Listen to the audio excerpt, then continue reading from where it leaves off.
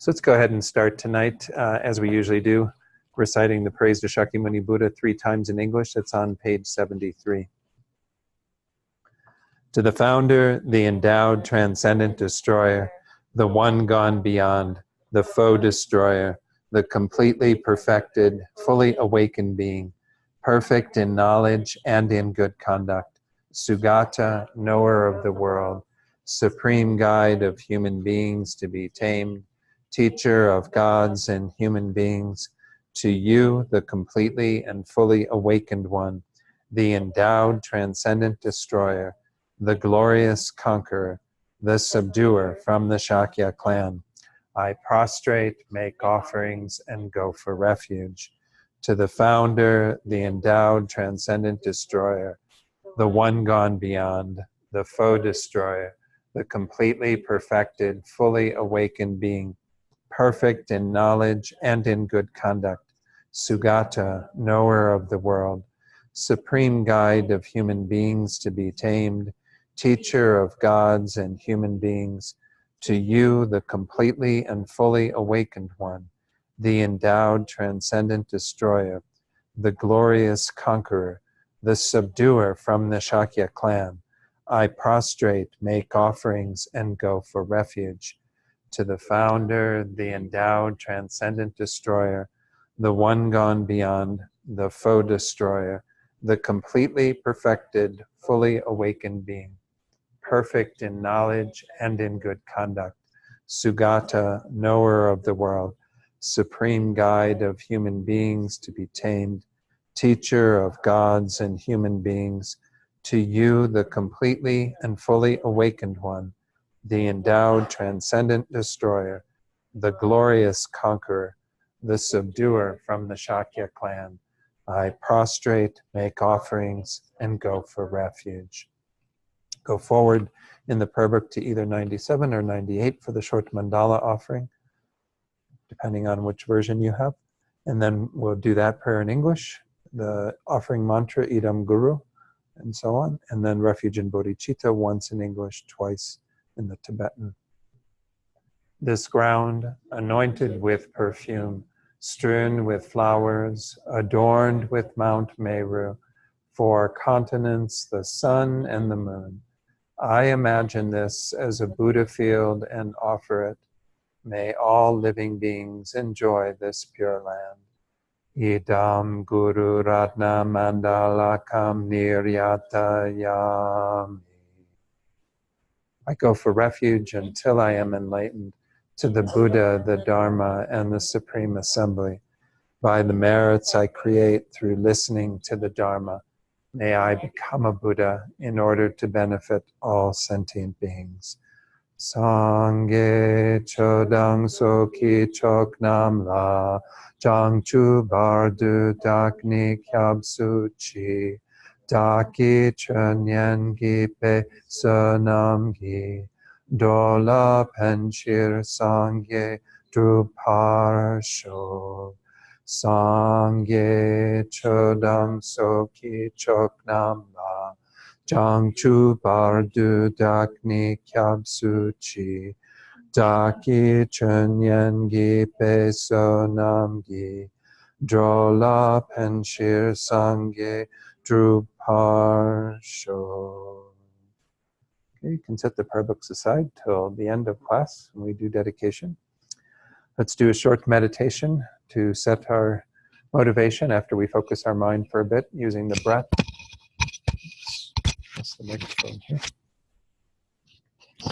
So again, in this first part, just work with the breath in whatever way suits your mind, trying to develop some concentration, mindfulness of the breath. Whenever the mind wanders, be vigilant, paying attention so that you can correct your meditation at that point. Bring the mind back to the breath. So we'll do this in silence for a few minutes, and then I'll lead you in a short reflection to set our motivation for tonight.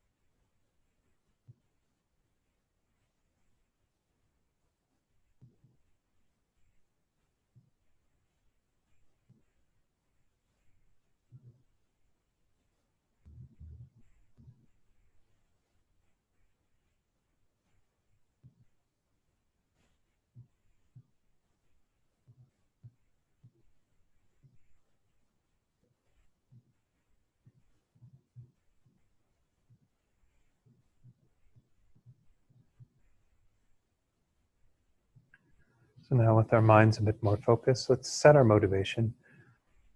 To do this tonight, I thought it might be useful for each of us to think back to our lives before we met the Dharma. For some of you, this might be some time. Others, it may not be quite as long. But just to think about who you were then, the sorts of things you would do without even thinking about their consequences karmically, sorts of mental attitudes and things that you would have that you now know are not going to lead to happiness, but rather lead to more suffering.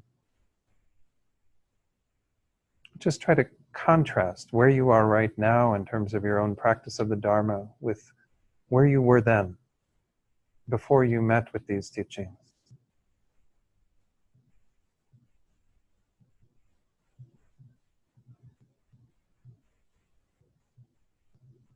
And part of this exercise can be to rejoice in our good fortune at having met with these teachings that from our own experience we know can lead to positive change.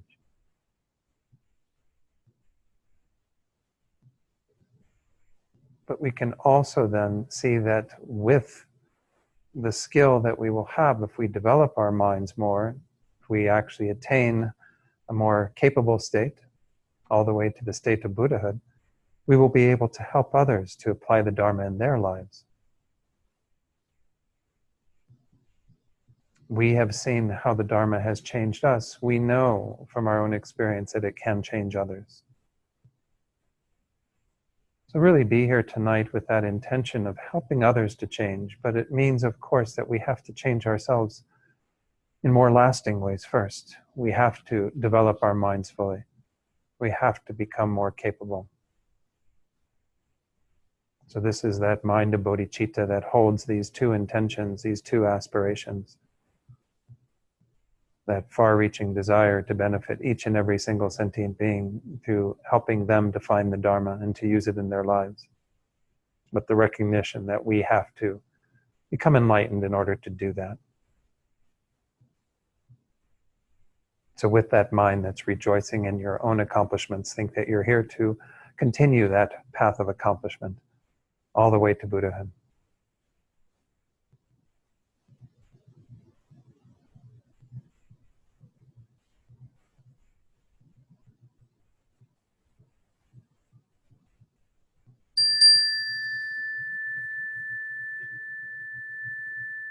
Did you just join us, Rachel?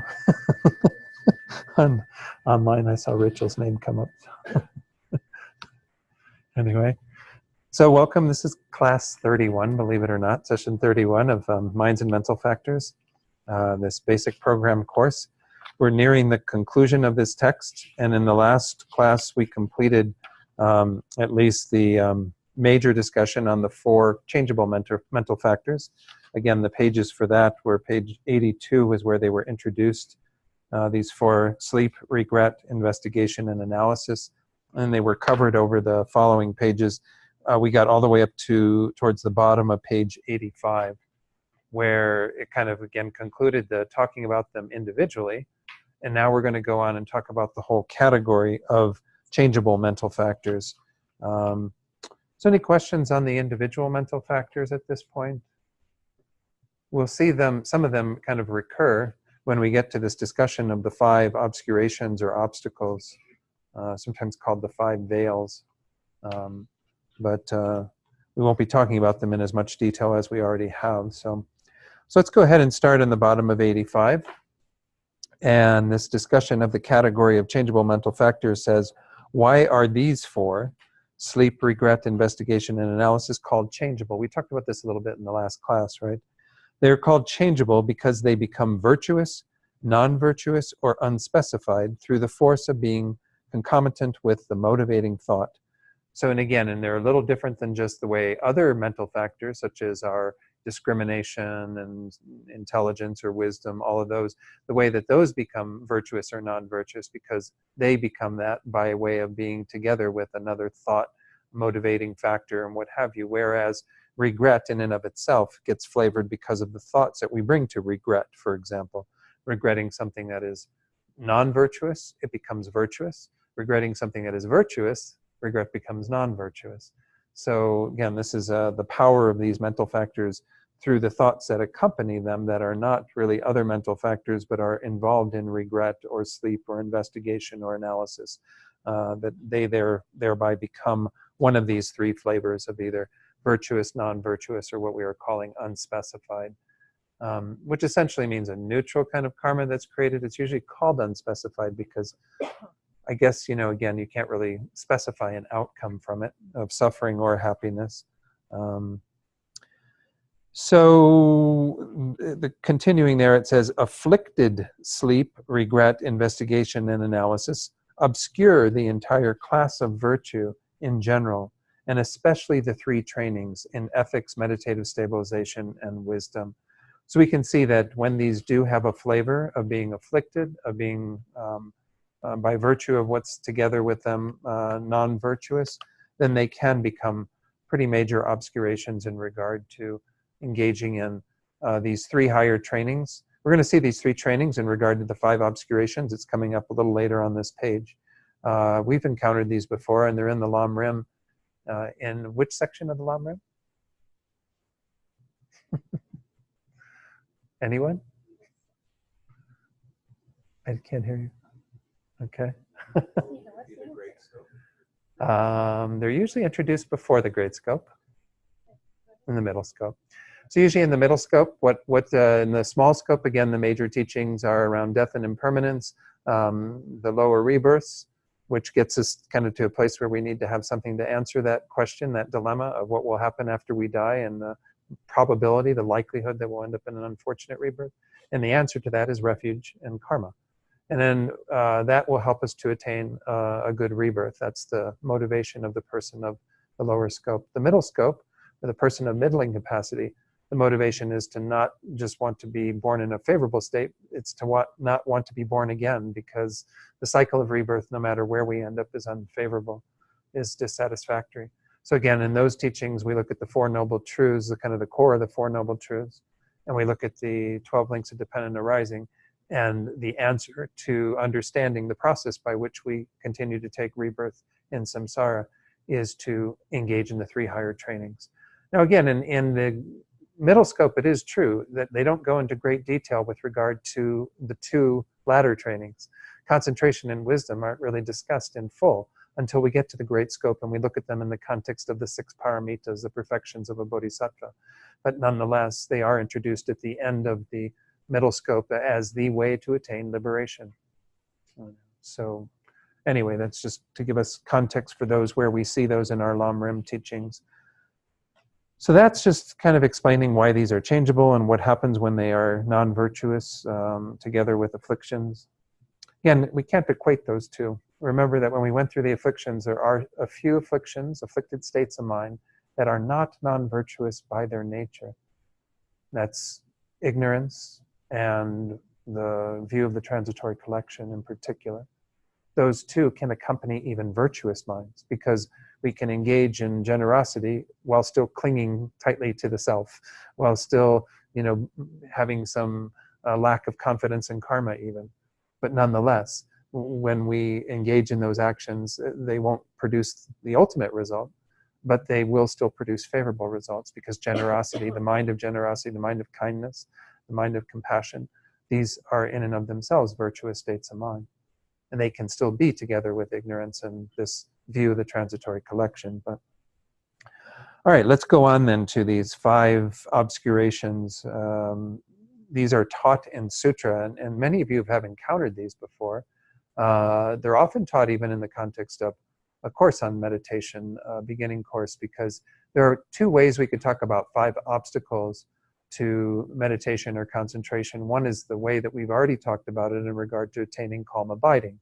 And there we have the 5 obstacles, or the 5 faults that are, the laziness that we have to overcome right at the beginning, forgetting the instruction, not recognizing when laxity and excitement arise, not applying an antidote, and then over-applying an antidote. That's in the context of developing shamatha, calm abiding. But nonetheless, even just a concentration, these 5 are often presented in that context. Not to say that they only inhibit our concentration. That's where they're frequently taught. So these 5 obscurations are brought up here because there's some overlap with some of the mental factors that we just looked at in terms of the changeable, but as well, a few that we've looked at in regard to, or the rest of them are from the afflictions, either the root afflictions or the secondary afflictions. So we're going to see kind of what these are all about when we go through this. So it says, they are just as they have been taught by the protector Nagarjuna in a letter to a friend. This text that we have seen quoted in our text a couple of times. This is stanza 44.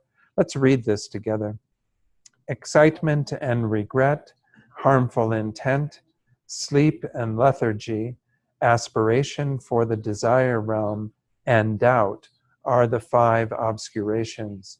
Be aware that they are thieves who steal away the wealth of virtue. So they're set out as 5 obscurations, but you'll notice that the list is longer than 5 because we've got 2 in the first one and 2 in the third one. But we'll go into why those are put together, why excitement and regret are lumped together as one, sleep and lethargy lumped together as one. So it says, just as it has been said above, these 5 obscurations, sleep and so forth, are said to obscure all of the class of virtue in general, and especially the 3 higher trainings, the 3 higher trainings that we just mentioned.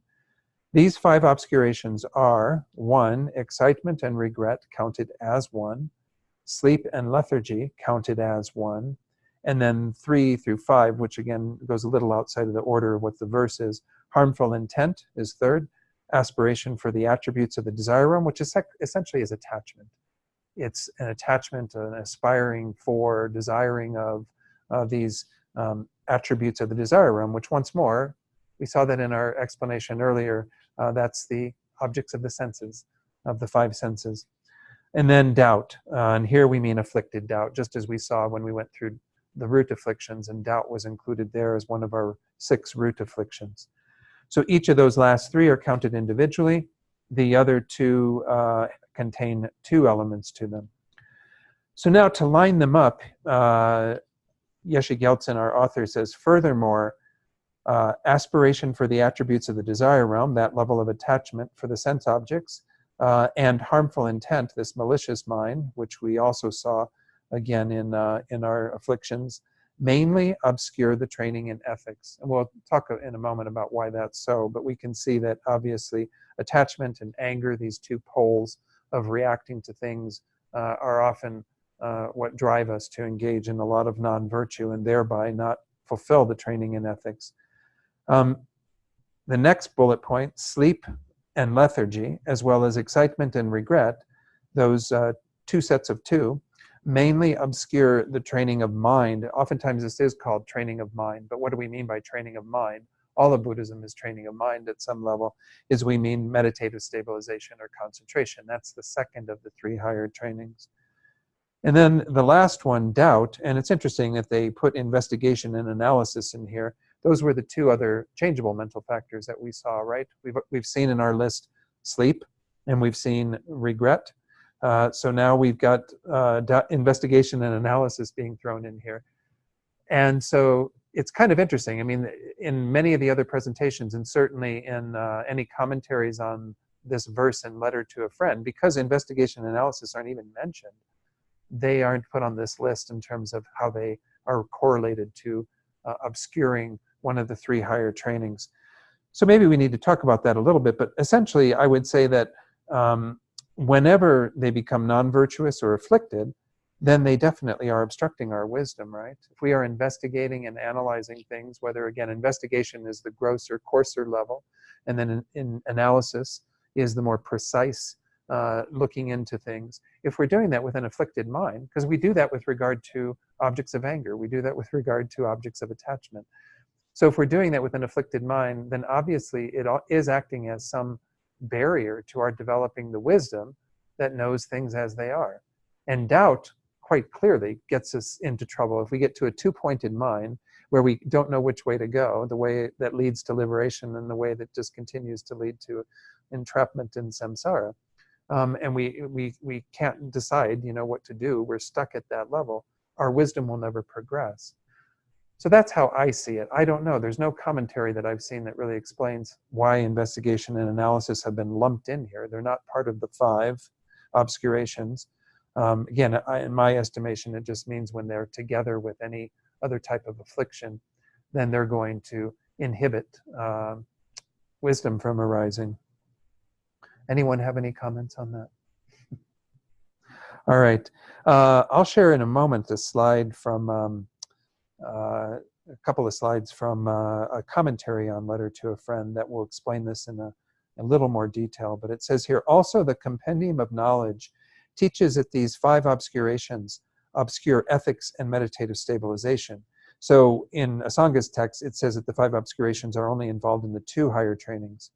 Whereas Shantarakshita's commentary on the 20 verses on the Bodhisattva vows, because actually these are, it's people who have taken the Bodhisattva vows, you should recognize these 5 obscurations, because in the secondary vows, the 46 secondary, one of the vows related to the developing of the perfection of concentration is to overcome these, do your best to combat these when they come up to block your meditation. But anyway, in this Shantarakshita's commentary on the vows, he explains that only meditative stabilization is obscured, because that's where it's set out in the context generally. Like I said, that's where you usually encounter these 5, is in teachings on how to overcome some of the obstacles to developing deeper concentration. So then it says, in brief, although there appear many modes of explanation in the upper and lower knowledges, meaning, of course, upper is the Asanga's Abhidharma text versus the lower, which is Vasubandhu's, and numerous lengthy explanations in other texts. Since they are very extensive, I cannot discuss them all here. So I'm not about to do more than what our author's doing. So again, these 5 obscurations are really quite interesting. I remember when I received one teaching on this back in San Francisco, slightly different terminology that was used, but they're very important to kind of pay attention to, because they tend to be the things that do block our being really serious about our meditation. You'll notice that laziness isn't on here, but we've got sleep and lethargy, which are kind of in the same category. But obviously, it's good to pay attention to these 5. It's also good to pay attention to the 5 faults that I mentioned earlier, that start with laziness and then go on to, again, all the other things involved with overcoming our laxity and excitement and so on. So then, I'm going to go ahead and go through all this and then show the slides, because I think that might be better. The qualm is raised. Well then, what is the reason, having given this, and again, we won't talk about that so much more, how these are correlated as obscurations to the 3 trainings. He goes on to say, what is the reason for subsuming lethargy, which occurred in the context of secondary afflictions? I mean, we just saw that not that long ago in our secondary afflictions in the 20. And sleep, which occurred in the context of changeable mental factors, which we just talked about recently. What's the point of subsuming those into one in the context of the 5 obscurations?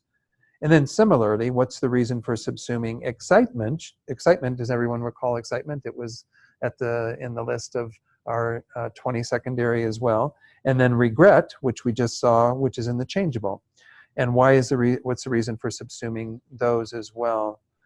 So the response is given on the next page. Generally, lethargy and sleep are not the same. Since lethargy is involved with ignorance, and sleep can either be virtuous or non-virtuous, lethargy is said to be a secondary affliction, and sleep a changeable mental factor. So he's acknowledging that there is no real logic to subsuming them together on the basis of what they are. A changeable mental factor can have a virtuous tone to it, whereas a affliction never can have, at least in the 20 secondary, these afflictions can never have that virtuous tone. So then he goes on to say, similarly with regard to excitement and regret, since excitement is involved with attachment, and regret can either be virtuous or non-virtuous, excitement is said to be a secondary affliction, and regret a changeable mental factor. So again, just the same logic that's being used there. He's essentially saying, again, it doesn't make sense from that point of view that you would subsume these. Each of these 2 pairs of mental factors, he says, though, are taken to be one in the context of the 5 obscurations, though, because they are produced from the same cause, they are abandoned by the same antidote, and they accord in having the same function. So this is how we're going to examine these in the next little bits, are 1, 2, and 3 in regard to these. The cause, the antidote, and the function. So he says, to conclude this introduction to this, he says, hence, each of these two pairs of mental factors is taught in this context as a single obscuration. So let's look at the first part, that they are produced from the same cause. He says that refers to the following. For the first two, lethargy and sleep, those are both produced from overeating, an unhappy mind, a discouraged mind, relishing the taste of sleep, and so forth. So those are the sorts of factors that lead one to, engage in sleep, as well as to have a lethargic mind that, as we saw, was kind of an obstacle, this afflicted state of mind.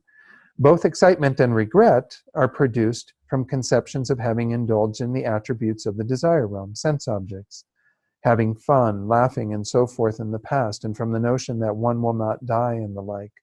So we can see that excitement and regret, come from a recollection frequently of things of the past. This is actually when I received that first teaching on these. This is the context where this teacher presented it, and even said to some degree that we could call this excitement sometimes takes the form of nostalgia. A nostalgia that kind of looks back on all the wonderful things we've done in our life with a kind of yearning to be there again. And of course, it becomes a bit of a waste of time, right? Because we can't recreate that. We can't relive that. And our dwelling on it doesn't do anything, really. It serves no purpose. I mean, you might say, oh, well, it makes me happy to think about all the wonderful things I did in my life. Well, what is that happiness? That happiness is probably just together with some level of delusion, some attachment. Unless we are actually rejoicing in factors that are meritorious, that we engaged in, that were beneficial for ourselves and others, then looking back perhaps has some use. Or if we're looking back with regret, wanting to make sure that we clean up and purify all of our negative karma, then that serves some use as well. But a lot of this tendency we have to be very nostalgic, to kind of look back on things, is really in the same category. So this is kind of putting those two together in terms of cause. So sleep and lethargy having a similar type of cause. These states of mind that go on that cause us to have the mind get heavier, either in the form of lethargy or in the form of the mental factor of sleep. And then excitement and regret coming from these conceptions of indulging in various things, fun, laughing, all these various things we do in the desire realm in this life that we have a tendency to go back and get excited by, or potentially even develop some regret around. Again, now, if you went back to those things and you sincerely regret all the time that you've spent, just in frivolous activity, well, then that's a virtuous state of mind. It wouldn't be quite the same thing. It's like the idea of going back to these things and almost wanting to relive them, that type of excitement. The second point, they're abandoned by the same antidote, refers to the following. The first couple, lethargy and sleep, are dispelled by the discrimination of illumination, light, clarity. Like bringing that to mind often keeps either of those from arising, the mind from getting lethargic or from moving into sleep. So illumination or brightness, this is what they often encourage you to meditate on.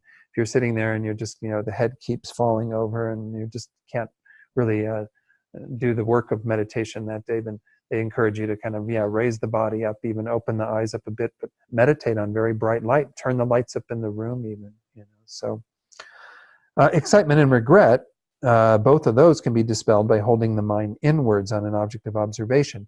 They're both tendencies to scatter outwards, again, to scatter out to occurrences in the past or things that we are regretting. But keep in mind, again, that even when it's positive regret, even when it's virtuous regret, if we're sitting there and we're regretting all the negative things that we've done, but we're supposed to be meditating on our chosen object for that meditation session, that's an obscuration, that's an obstacle. Even when it does become virtuous, regret can take us away from what we're trying to do. Oftentimes they say, if you get to a place where something is really heavy on your mind that you're regretting, then maybe it's best to set that meditation aside, do your purification meditation, feel like you can kind of put your energy into cleaning that up, and then go back to your meditation on whatever it is that you were intending to focus on once you've done that. So this is to show that they're both abandoned by the same antidote. The third point is that they accord in having the same function. Since both lethargy and sleep cause discouragement within the mind, they hinder meditative stabilization and especially the clarity of the objects of observation. They make our meditation very foggy, very fuzzy. And some people, really like to, when they start meditating, they think it's kind of an opportunity to sort of turn the mind off. You finally get this chance. There isn't even that wonderful book title. I'm not saying her book has this kind of advice, but Sylvia Boorstein's book, which is don't just do something, sit there.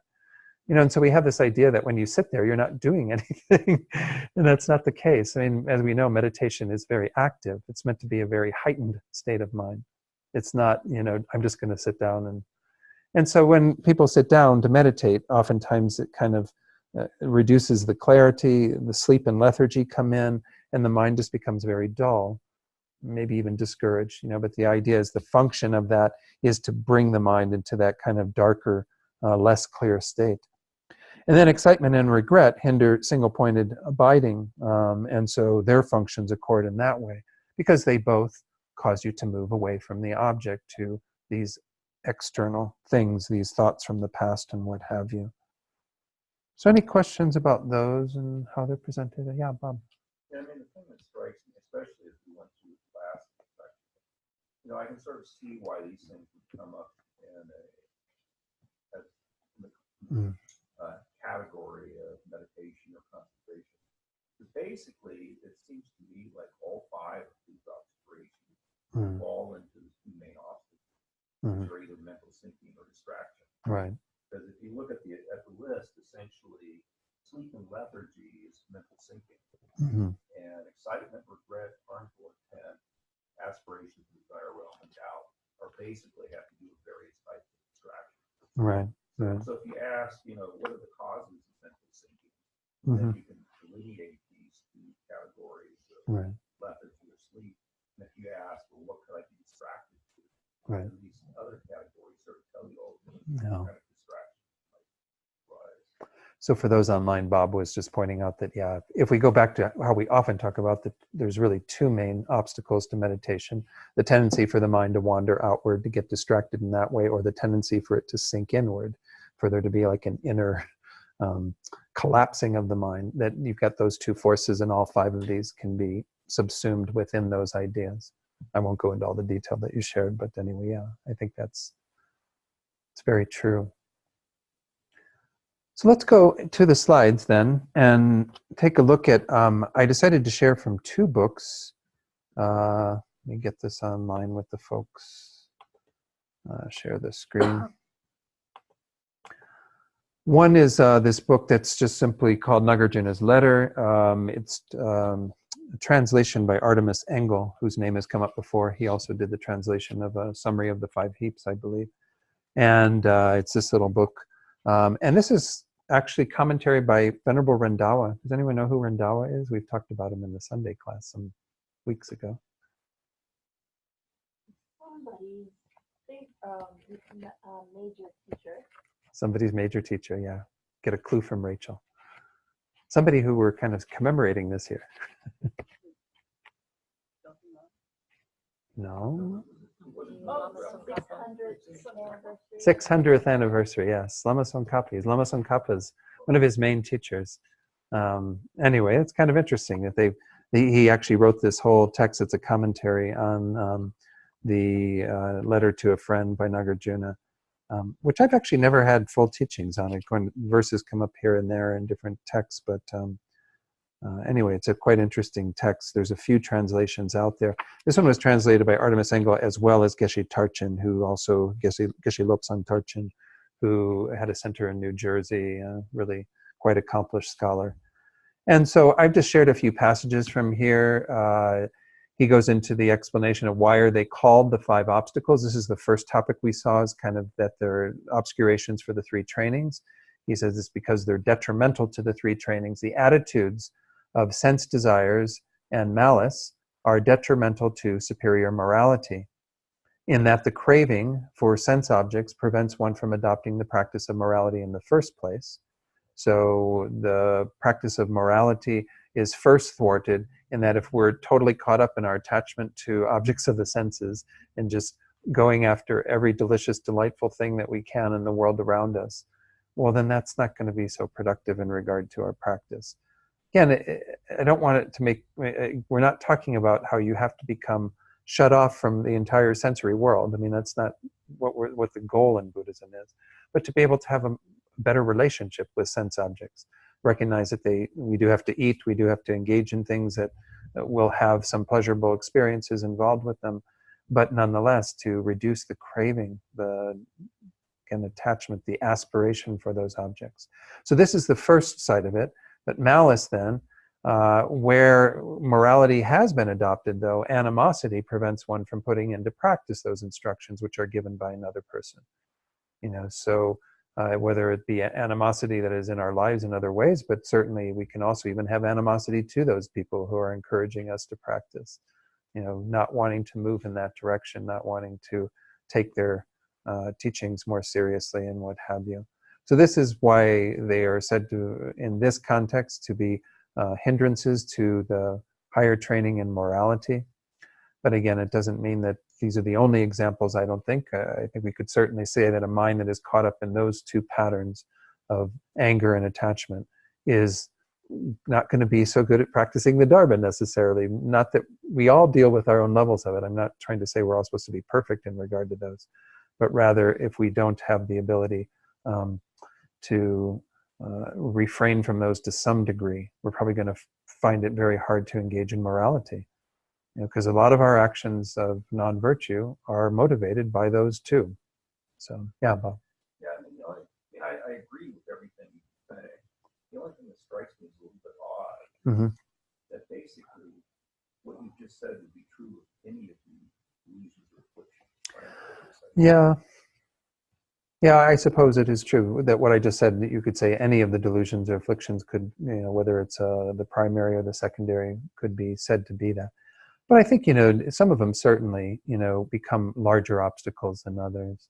And if you have people who have a very angry mind all the time, and even in their practice of the Dharma, their mind of anger is manifesting when they're receiving teachings or when they're it says here, and somebody's giving them advice about how to practice, and they're getting angry and towards that person because they can't control that state of mind and can't actually hear something that's meant to be useful and beneficial to them in a positive light. So I think they do take on a more specific flavor as larger obstacles sometimes. Whereas doubt can certainly be an obstacle, but at least someone's taken the teachings in and is at a place where they're trying to decide between the truth of the teachings versus the truth of some other view or what have you. But I don't know. I agree that certainly they're all obstacles at that level. But in regard to our practice of morality, again, that's the specific training here. Maybe it is more likely that those first two that were set out here would be involved. The translation that they use for this is languor and sleep. In this translation, those are detrimental to superior concentration, adhicitta. Again, citta being mind, it's the higher training of mind, concentration. For they cause the mind to become enervated while one is meditating to achieve shamatha. So it kind of loses its vitality, loses its force by virtue of languor and sleep, lethargy and sleep. So again, this is, I think, pretty understandable, but even to what Bob just said about the other ones, we could say also all of these are obstacles of concentration too. And that's how they're frequently set out, as we saw in that one explanation from Shantarakshita. And then excitement and regret. This is kind of interesting. This text does it a little bit different and if we go back to our text, we saw that excitement and regret were lumped together with languor and sleep or lethargy and sleep as both being in the category of hindering concentration. But in this presentation, which actually it's kind of interesting, it accords with this one that I have that's, I think, a Kagyu Lama. I'm pretty sure this is a Kagyu Lama. The commentary there is from Kyabje Kangyo Rinpoche. This is translated by the Padmakara Translation Group, which often does Nyingma texts. But for some reason, I'm thinking this is a Kagyu Lama. Well, maybe he is a Nyingma Lama. I don't know. Anyway, could be a Nyingma text. But nonetheless, he says the same thing. He says it's the exact same thing, is that he takes excitement and regret and moves them to the third higher training and says that they're an obstacle to our higher training in wisdom, adiprajna, because they cause the mind to become diverted outward when one is engaged in meditation that involves deep reasoning. So our wisdom training is where we go in and do more analysis and investigation and really trying to discern things and so on, reason through things. And so in those cases, if we've got excitement and regret, we can see that obviously it's not going to allow us to stay engaged in that type of process. But again, I think that all of these could be equally applied for any of these three trainings. Doubt, the one that we had left, is detrimental to both the last two trainings, both concentration and wisdom in this commentary.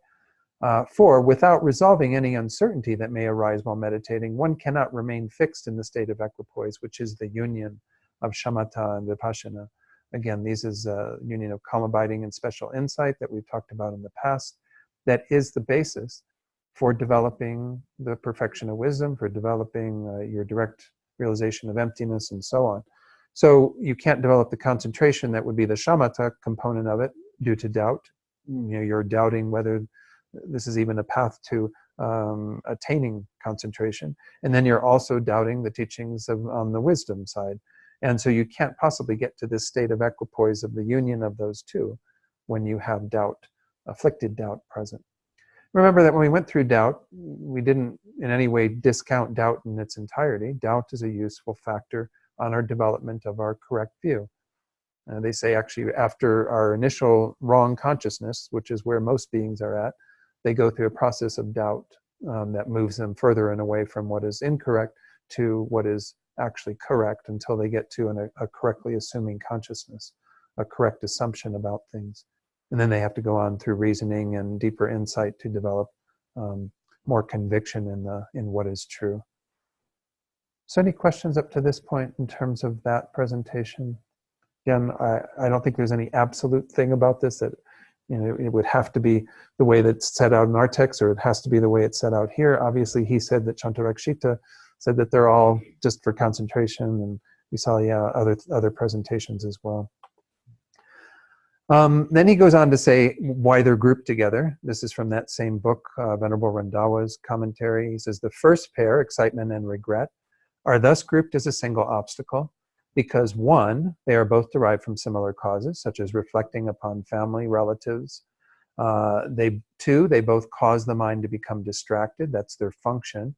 And three, they are both overcome by shamatha, by clarity and single-pointed concentration.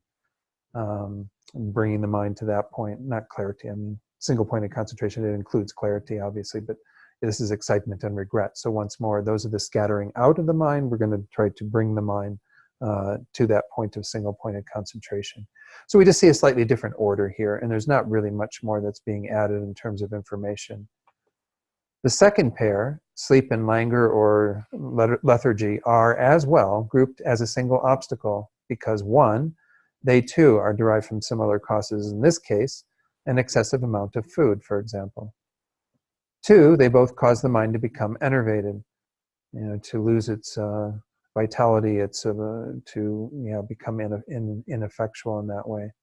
And three, they are both overcome by the ideation of luminosity, by that concept of light, illumination, bringing that into the mind, brings the mind up out of that sort of darkness. So then I want to share a little bit about what Kyabje Kangyo Rinpoche, again, Nyingma Lama, I assume then, in this little translation that came out a few years back of this text, they use the term wildness for excitement, kind of an interesting word. Wildness, where the mind proceeds out towards objects that attract it, and remorse or regret, where one thinks of evil acts one has done, these come under the same sphere as movement, and so their antidote is sustained calm. Movement, or the mind moving outwards, is how I understand what he means by movement. And so the antidote is to sustain that calmness, that single-pointedness. They are nourished, he says, by four things. And so he actually goes on to identify more than we just saw what family and relatives or stuff, were the object there. 4 things that are mentioned here: thinking about one's relatives, thinking about one's country. Of course, God, you could think about that forever nowadays. Thinking that one will not die. This is an interesting one. What causes you to be so excited is that you're not recollecting death.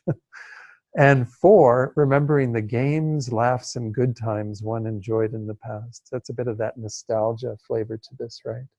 Where one just can be very excited and just going to those places, kind of checking out from reality.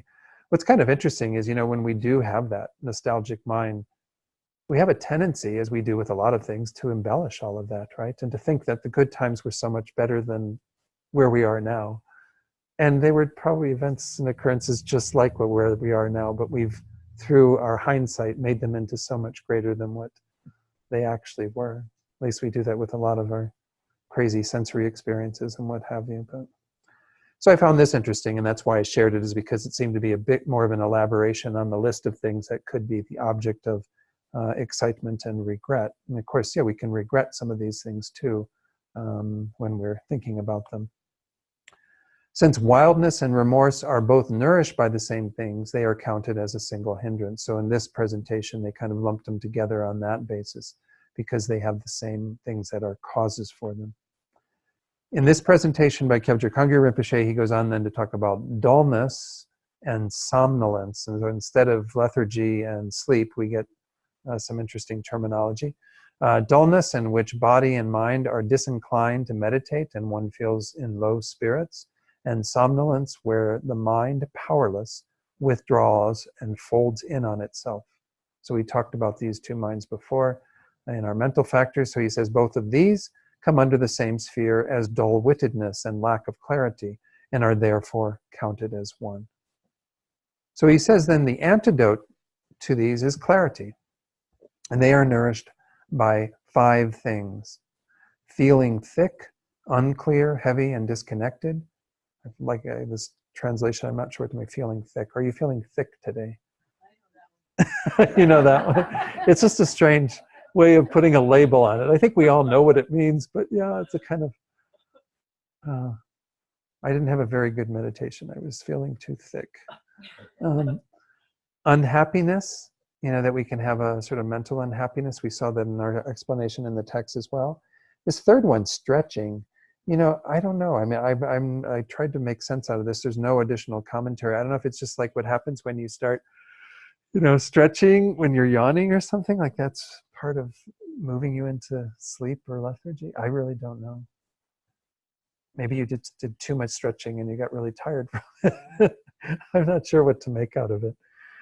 The 4th is indigestion. When you've eaten too much and, things are not settling quite as much, and physically the body gets very heavy then. And then feeling low-spirited. What were you going to share, Rachel?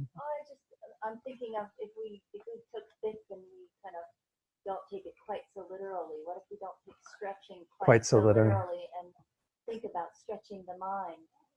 Yeah, stretching the mind. Does kind of cause you to be less clear. Sort of stretching things. Yeah, it could be. Or attempting more than you can handle.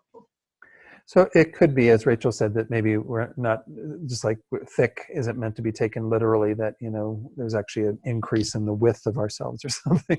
Well, maybe stretching is also allegorical or something and meant to be kind of interpreted. And so when we've been stretching our mind, stretching our effort too much or something, and maybe, kind of collapse after that. It's like a rubber band that's been stretched, and then I don't know. It's, again, I wish there was more commentary on some of these things. I shared them with you anyway, nonetheless. But any other comments on these before I leave this? Okay, so that concludes the formal presentation of all these categories of mental factors that we've gone through, the 6 different categories. The concluding discussion, there's going to be 2 more parts to what we have left in the text. A concluding discussion that takes us to the 2nd point, which if we go back to the very beginning of the text, we'll see that we started with the point 1, at some point in here. We go back to the, there was an introduction, and then there was like a explanation of all these various things, minds and mental factors. It was way back on page 9, the individual entities and divisions of minds and mental factors. So in terms of our outline of the overall text, we're going to come to a final discussion that goes into, if we look on page 89, a summary of the salient points in their application to practice.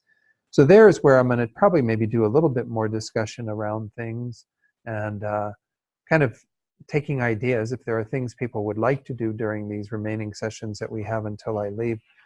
I was thinking it might be really kind of interesting to do things that are maybe a little bit more creative around this whole study, but I'm happy to continue going blah, blah, blah for, you know, an hour and a half or whatever. But there are a number of points, so that in this concluding discussion are worth touching on.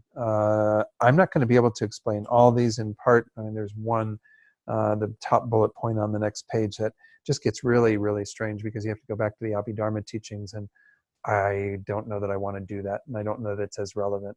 But anyway, we'll get to that in a moment.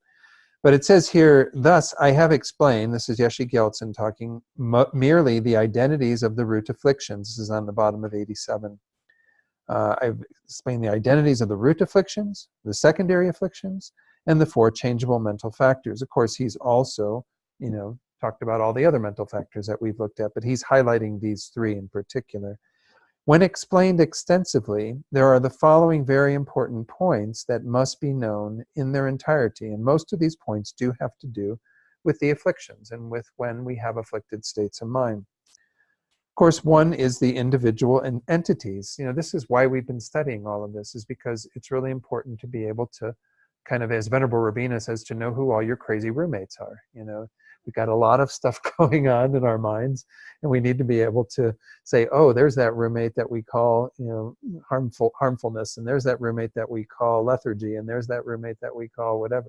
To be able to clearly identify and know which are the good roommates that we want to have hanging around with us and helping us to do what we're trying to do, and which are the roommates that we need to banish.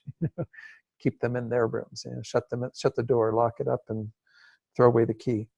So this is why we, of course, you know, studied this, and I don't know that you would gain more from any other textual studies of this content. So I think we've done a pretty good job from what Geshe Gyaltsen has shared in terms of looking at the individual entities of all of these. And keeping in mind, once more, I've mentioned this a few times, is that this inventory of our crazy roommates isn't exhaustive. You know, this is something where we can find some mental factors that aren't being introduced as part of this study. And so that may be another way that we can enlarge our study, is by being attentive to see what other states of mind might be arising. Nonetheless, these are the major ones. The modes in which they are produced from particular causes. As we've gone through, we've talked frequently about the causes of a lot of these. I think as part of the concluding discussion that follows this second bullet point, where we look at how we apply it to practice, I may go into a little bit more of the Lam Rim presentation of the 6 causes of the afflictions, and talk about those a little bit more, so that we can understand how those can play a role in terms of inducing anger, jealousy, whatever, all the various afflictions. So I'll probably talk a bit about that. But obviously know that, again, nothing whatsoever that is produced, and that means all impermanent phenomena that are taught by the Buddha, which is, again, quite a bit of what we experience and deal with in our lives, that there is not a single thing that doesn't arise from its respective causes.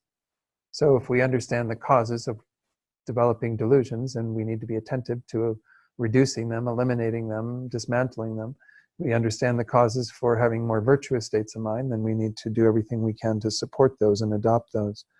And I think we've looked at this throughout the text, but again, we'll do some more work on that when we get to applying this to our daily life. The individual objects of observation, I think we've also touched on this.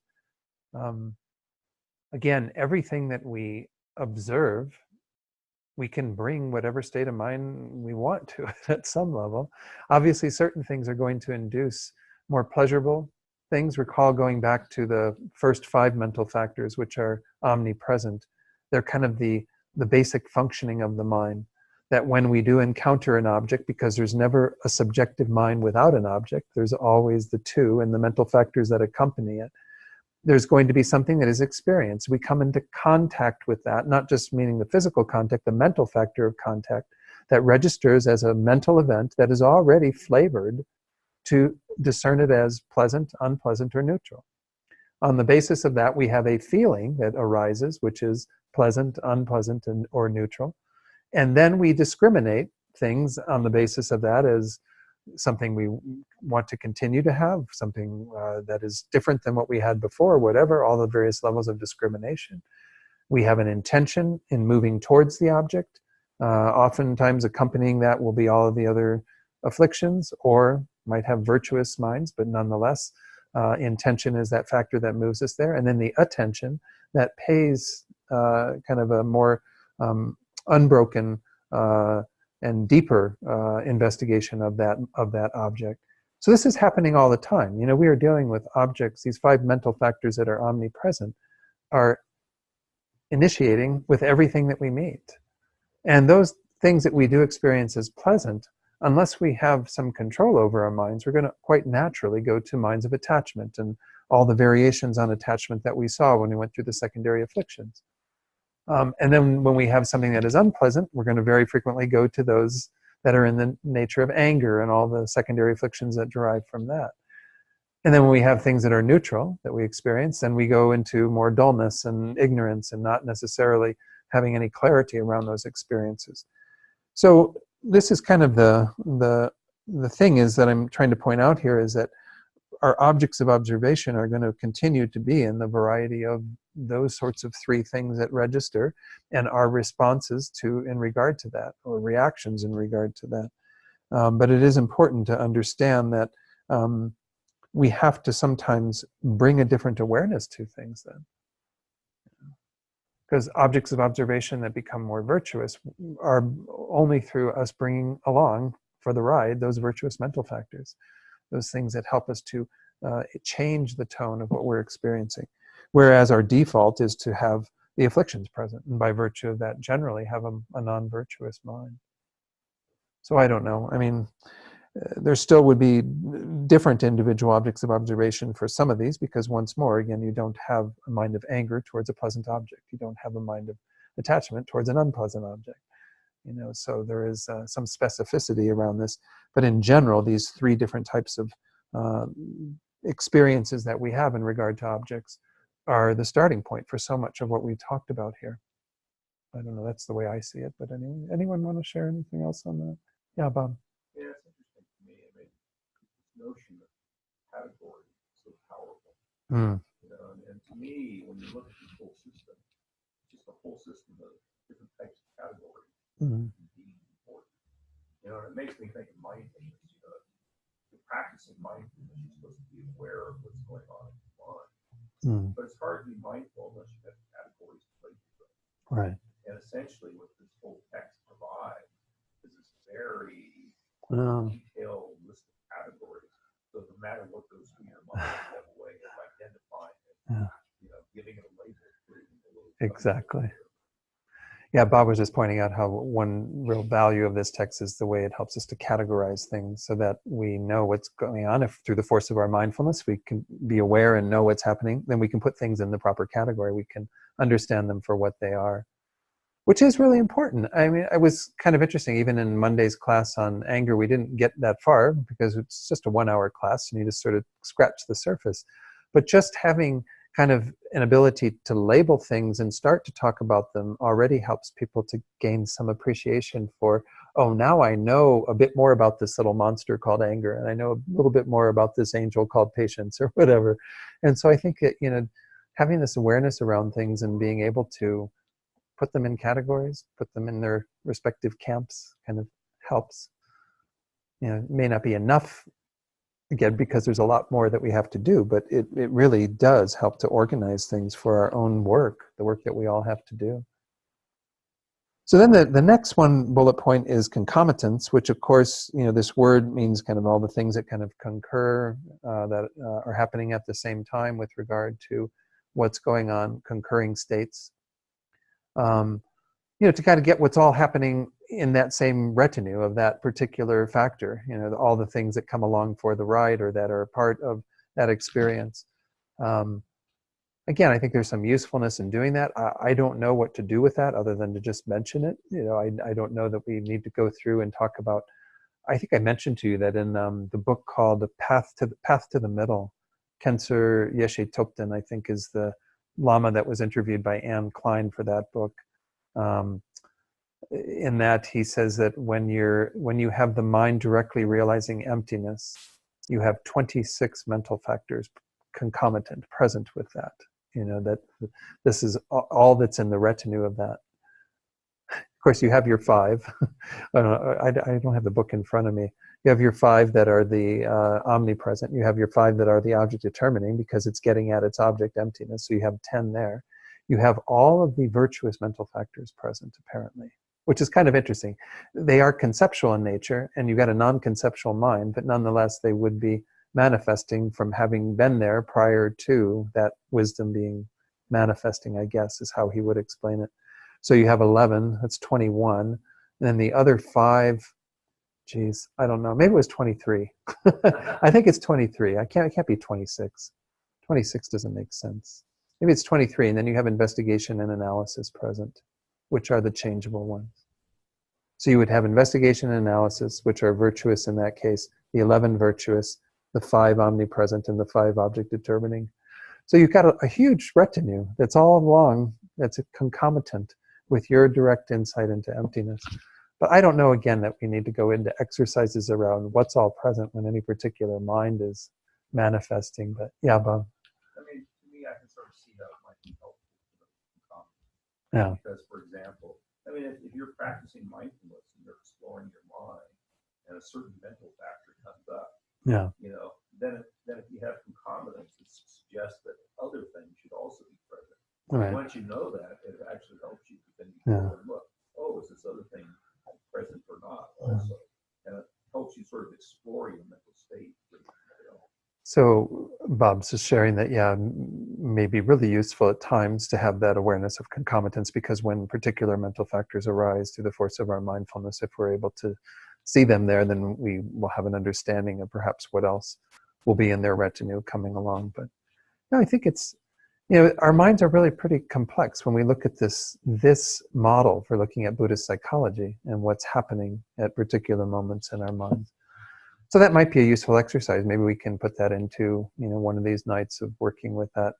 Maybe I'll try to come up with some examples, and then we can try to pick apart, what would be going on in the mind at that time, what factors might be present. We obviously can't have, factors in the mind that are in direct contradiction to each other. So we saw non-ignorance and non-hatred and non-attachment could never be present when we have hatred, ignorance, or attachment present. So, but nonetheless, many of them can arise at the same time.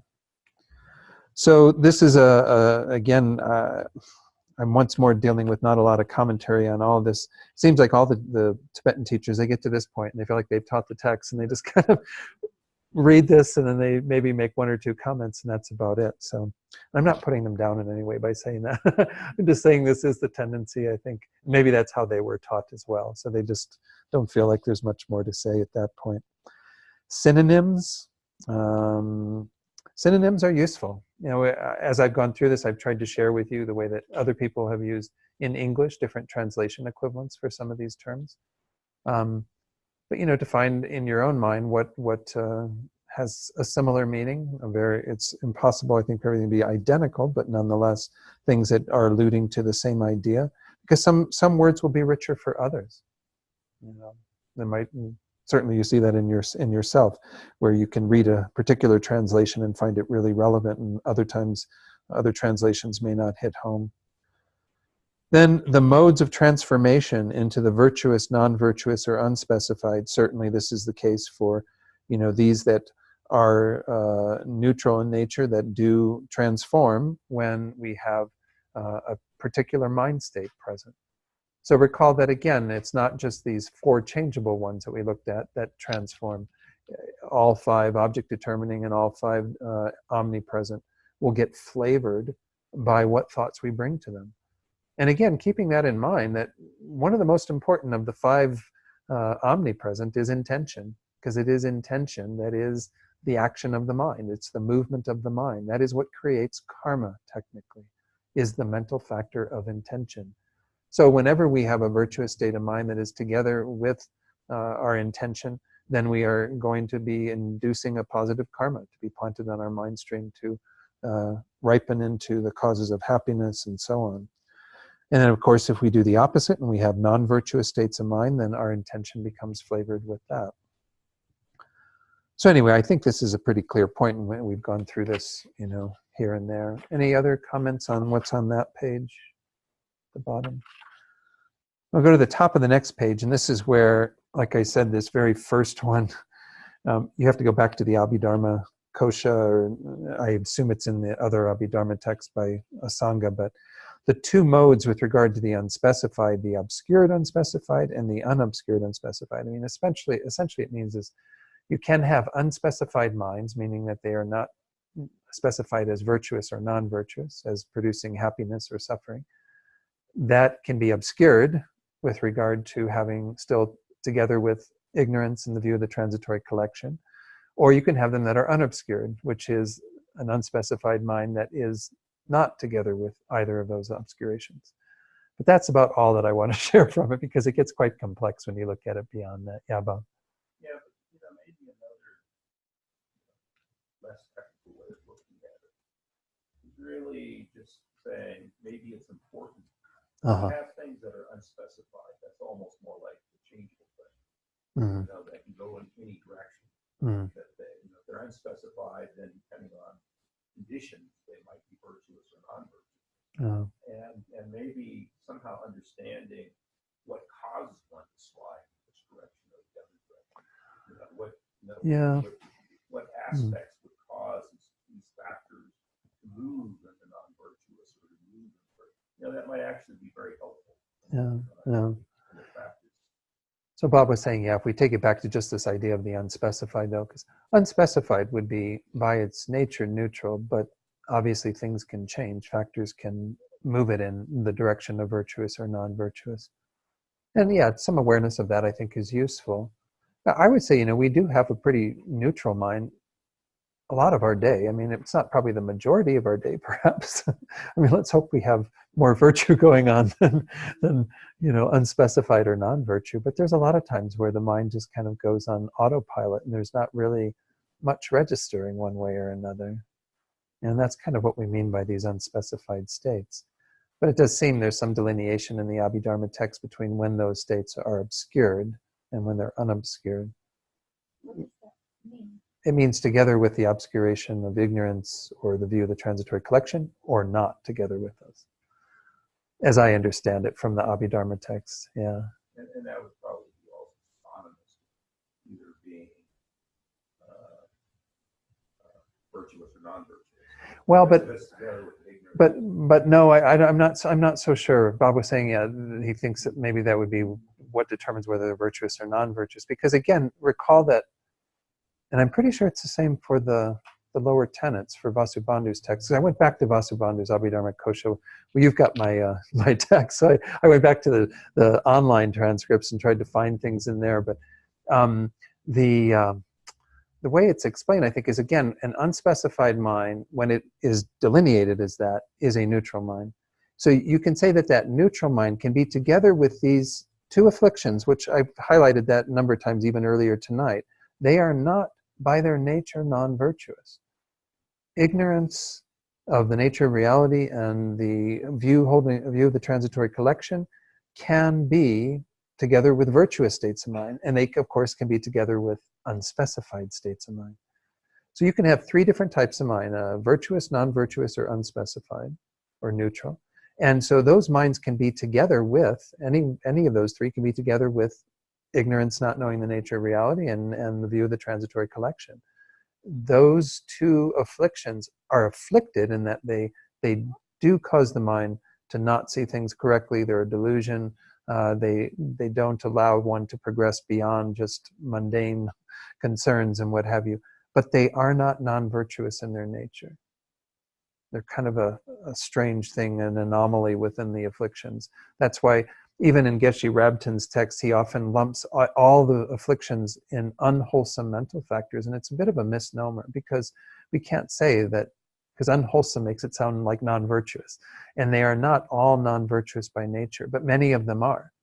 It's just those two that become problematic. So I don't know. I mean, I didn't want to go too deeply into this, because I don't even, like I said, I was going back to these texts I studied in it was about 2001, 2002. But anyway, I just don't remember all of the details of it. Yeah, Bob. Yes, so you're saying that something like ignorance, for example, is non-virtuous by nature. I mean, well, I'm saying it's not, though. But you're saying it's not by nature. Right. So what you must mean by that is that if it's not non-virtuous by nature, then whether ignorance is non-virtuous or not must depend upon other non-virtuous mental factors. Correct. It seems, yeah, Bob was just saying then, if we say that ignorance of the nature of reality is not by its nature non-virtuous, it must be made non-virtuous at those times when it's together with a non-virtuous mental factor, or a mental factor that influences that, yeah. Otherwise, I mean, we would really have a problem if they were non-virtuous by nature. I think we talked about this when we went through them, because that would mean that every virtuous act that we try to do, because we still have ignorance in our minds of the nature of reality, because we still have the view of the transitory collection, all those would not be have a result of happiness, because they would be non-virtuous. They would become non-virtuous by way of that mental factor. But in terms of temporary versus ultimate happiness, that's the distinction. It's like, yes, you still end up with a temporary happiness, sure, or samsaric happiness, but you don't have an ultimate happiness. You're still stuck. Sure.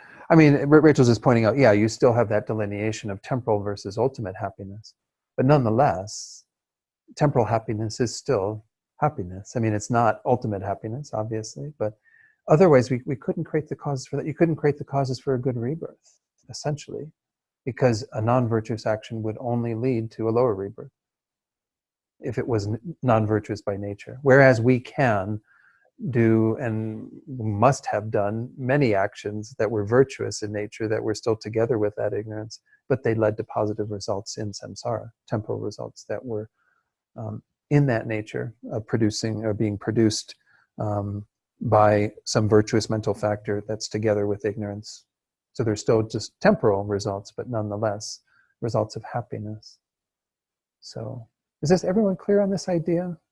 Yeah, Bob. One clarification. In this context, when you say ignorance,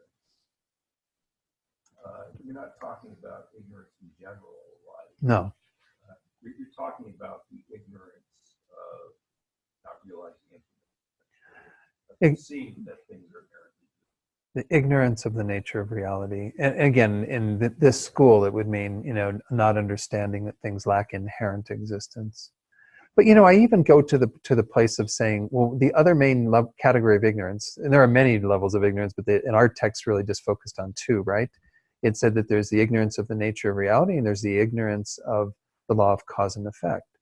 Well, I still would hold, and maybe this is an issue of debate, that someone could have an ignorance of the law of cause and effect and still produce virtuous results. Because most beings in the world don't have an awareness of the law of cause and effect. They've never been introduced to the concept, or they've been introduced to it and discard it. And so it doesn't mean that once somebody has developed that ignorance, that all they engage in then is non-virtue.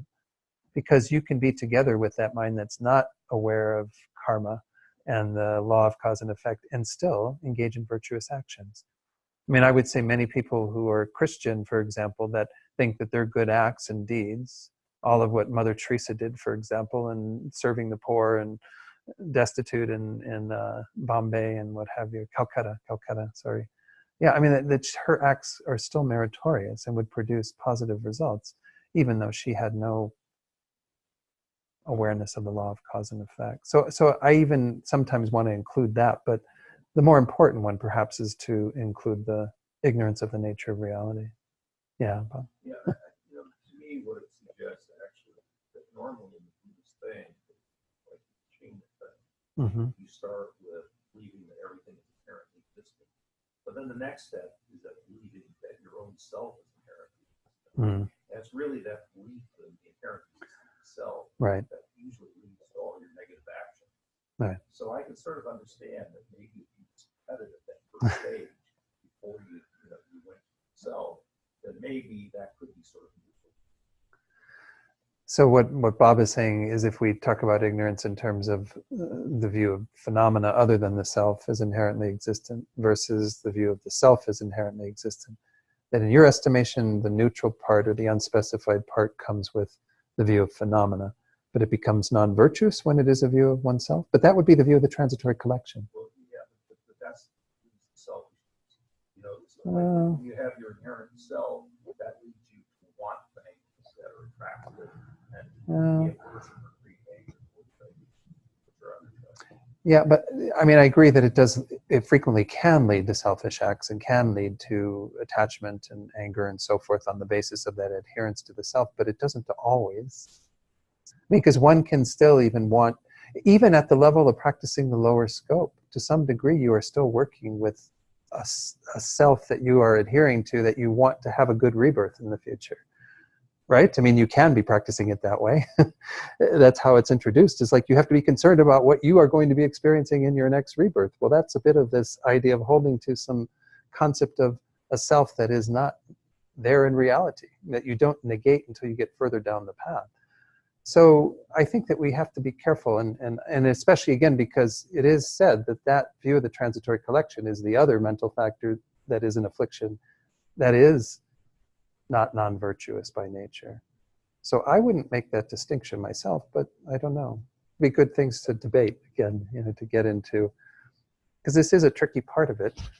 But like I said, I even want to include sometimes the ignorance of the law of cause and effect, because I don't know that that's always a qualifying factor that makes one engage in non-virtue. Nonetheless, how it's introduced in the text frequently is it says you take lower rebirths through the force of that ignorance of the law of cause and effect, whereas you still can take rebirth in higher states by virtue of the ignorance that is adhering to the nature of reality in a fictitious way. So it seems like, in our practice, once you become initiated into the teachings in that if you don't hold your awareness of the law of cause and effect, if you gain that sort of ignorance, it will cause one to slip into non-virtue. But is it non-virtue by nature? I'd have a hard time accepting that. I don't know. I mean, back to your example of Mother Teresa, I don't know that she did have ignorance of law and cause and effect. I mean, she did in terms of the label of Buddhism. Maybe she actually had some exposure in India to those kinds of ideas. But it's still within Christianity, there is that law of cause and effect that's morality and ethics and behavior. So Rachel's just challenging with Mother Teresa. If we look at the Christian teaching, which of course, yeah, I mean, you are taught that there's an afterlife, that there are ramifications of your actions. So it's not the law of karma as it's set out. So it's some ramifications of, as you sow, so shall you reap, that type of idea. But what if there was somebody who was a complete atheist, who had no religious path, no belief in a God, no belief in somebody who falls outside of any kind of, but they want to be kind to others because there's an immediate gratification from that. Well, is that the law of cause and effect? I don't think so. I mean, I think we're talking about something that goes a little further than, because it can feel very good to be kind to people, right? I mean, and you can have somebody who's maybe just doesn't believe in a thing, wants no spiritual path whatsoever, but wants to be a good human being to other people. Now, are they engaging in virtue or non-virtue? I have to say it's virtue too. Yeah.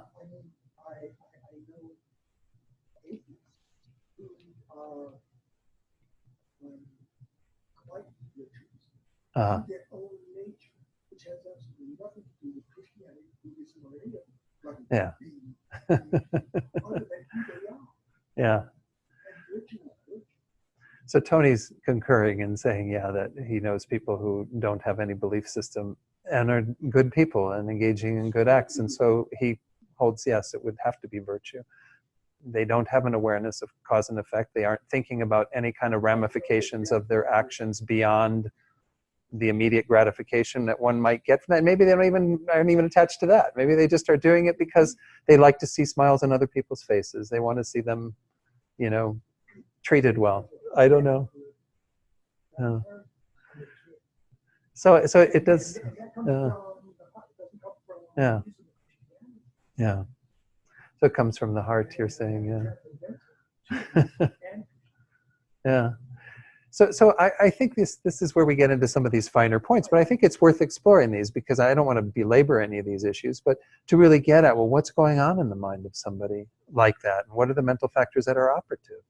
And we can say that they still have definitely an ignorance of the nature of reality. If they haven't been introduced to the teachings on emptiness at some point in their mental continuum and have that wisdom present that is offsetting that ignorance, and they may have an ignorance of the law of cause and effect, but nonetheless, they have a mind of warm-heartedness, of compassion, of non-harmfulness towards others, of doing things to benefit others. Seems to me. Uh-huh. Might I give a personal? Yes, please. Yeah. My brother-in-law, who is a wonderful person, ate very strictly. Uh-huh. Died in November. Mm-hmm. When Christmas came, I made a substantial donation to Doctors of the World. Mm-hmm. And with that donation, you can honor someone. Sure. So I honored my brother-in-law. Uh-huh. And how I phrased it was from this donation is from a true humanitarian Mm-hmm. to a true humanitarian. No. So Tony was just, yeah.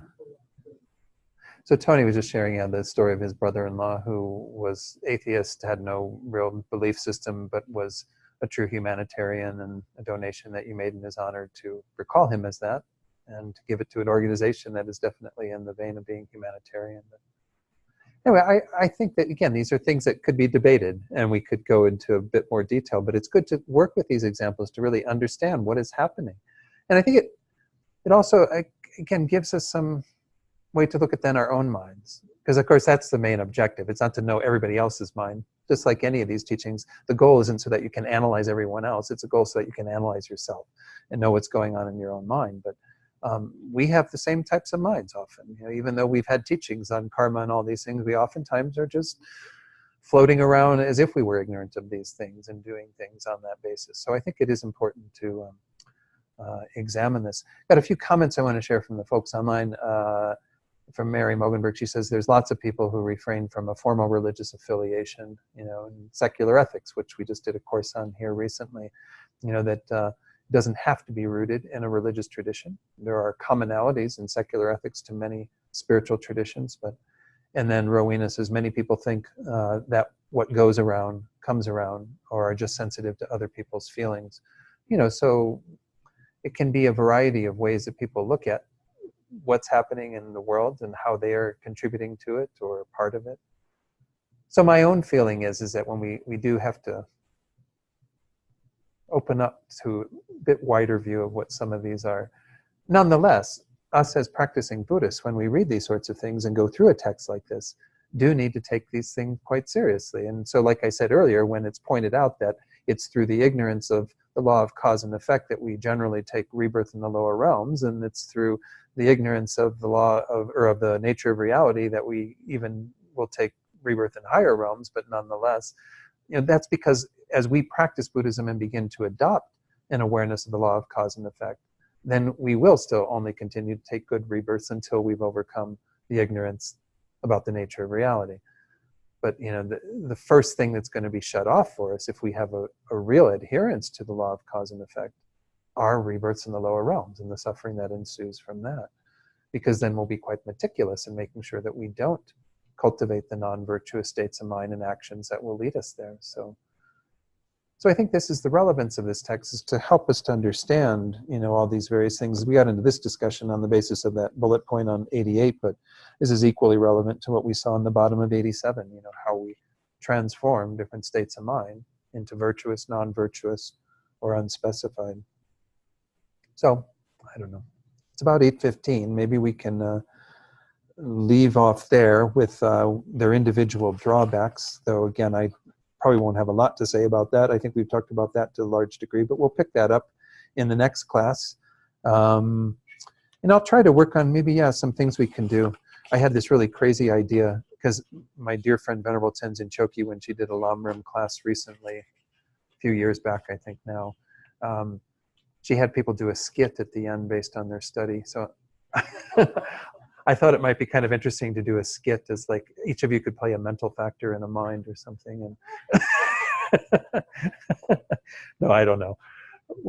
I'm not sold on any of these ideas yet, but beware. What was the other thing I was thinking about before class? Oh, people could come up and do a presentation on what's their favorite mental factor and why. Just 10, 15 minutes. You don't have to talk for 2 hours. But anyway, yeah, Tony. You know, like, I just want to make it clear to everyone that I am a Dharma. You are a Dharma dude. Yeah.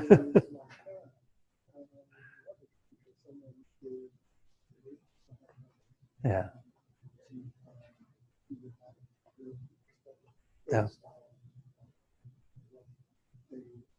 Yeah. And I want to thank you for being a very wonderful insight. Very early on, when you were talking about desire and desire, and I'm just speaking for myself. Okay. Across the desire realm, we have a desire, we go after this and that, and this treadmill going absolutely nowhere.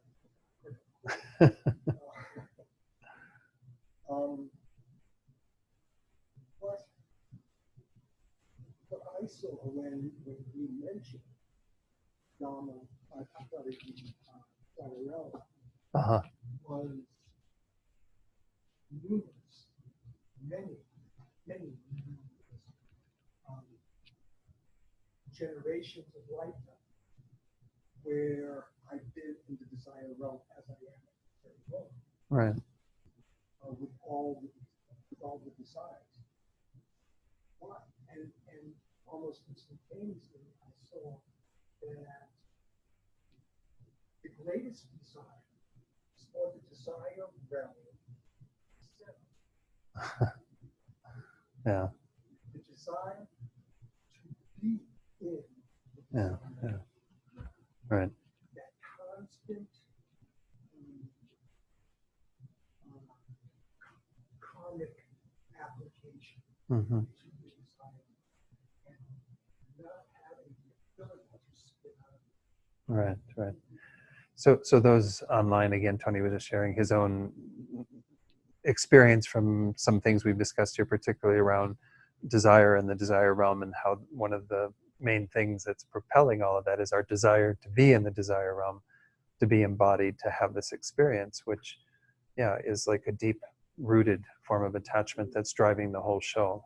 So, yeah, I think it's really useful. Again, there's lots of different ways to approach these teachings, but to extract meaning at wherever we're at, and our own experience and our own approach to the Dharma. So that's great. Thank you for sharing that. Oh, oh. Anyway, yeah. Oh, lots of beings behind my ability to share this, so I thank them. I don't give myself that much credit in terms of what I share, but anyway. Let's do some prayers. Let's conclude with the traditional dedication verses that we use here on page 235. Let's recite the first 2 verses together now. Due to the merits of these virtuous actions, may I quickly attain the state of a Guru Buddha and lead all living beings without exception into that enlightened state. May the supreme jewel bodhicitta that has not arisen arise and grow, and may that which has arisen not diminish but increase more and more. Then page 244.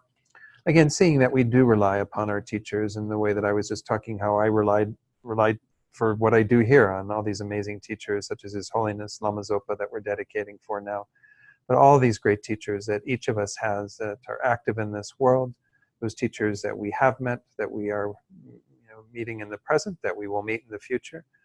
We can make strong prayers that these beings continue to be in this world to help us and others to find these precious teachings of the Dharma and attain the result of enlightenment. In the land encircled by snow mountains, you are the source of all happiness and good. All-powerful Chenrezig Tenzin Gyatso, please remain until samsara ends. You who uphold the subduer's moral way, who serve as the bountiful bearer of all, sustaining, preserving, and spreading Manjunath's victorious doctrine, who masterfully accomplish magnificent prayers, honoring the three jewels, Savior of myself and others, your disciples, please, please live long. And then finally, dedicate for all those beings that you're holding in your heart right now.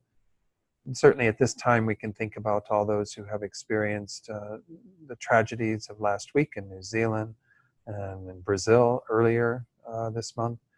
So many different places in the world where there's great strife, where there are man-made conflicts as well as natural disasters, people suffering from floods and so on. Those general situations, we can extend what we've done here out to those beings who have suffered and are suffering from all of those events in our world. But also think about the beings who you yourself know, who are experiencing obstacles, who have illness, who are dying or who have died recently. And send this positive energy out to them so that all these beings can be free from suffering and find all the causes of happiness. And may all beings find true peace and happiness through our efforts here tonight. Okay, thank you all very much. Good class. Okay, thank you all at home.